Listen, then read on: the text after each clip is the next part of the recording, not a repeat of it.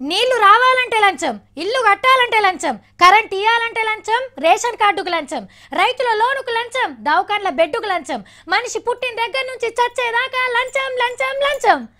అమ్మ ఆయన సలబడ్డది. ఈ సినిమా డైలాగులు రాయకుండ్రే అంటే ఈనరు. ఇంతకంటే చదువు నాతోని కాదన్న, చక్కగా వాడితేయండ్రి. మన దేశం మల్లో రికార్డు కొట్టేసిందిలో అవినీతిలా రాకెట్ స్పీడ్ తోని దూసుకోబోతుంది. మనకు చుట్టూ ఉన్న 16 దేశాలల్లా ఒక సంఘపోలు సర్వే చేస్తే కష్టపడి ఫస్ట్ ర్యాంకు మనమే కొట్టేసినాం.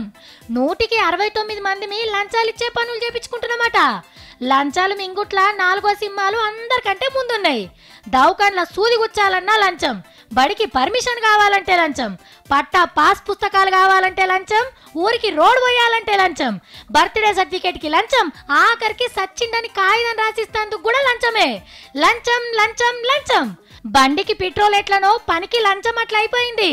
సర్కారు నెలకు ఒక్కపారే జీతం ఇస్తే మనోళ్ళు రోజుకో జీతం ఎత్తుతున్నారు లంచాల పేరు మీద. వచ్చేటప్పుడు టిఫిన్ డబ్బా నిండుకుంటే పోయేటప్పుడు జేబు నిండుకుంటది. 100కి 69 మంది పైసలు ఇస్తేనే పనులు అవుతున్నాయంటే ఏ లెవెల్లో అవినీతి అభివృద్ధి అవుతుందో చూడండిగా.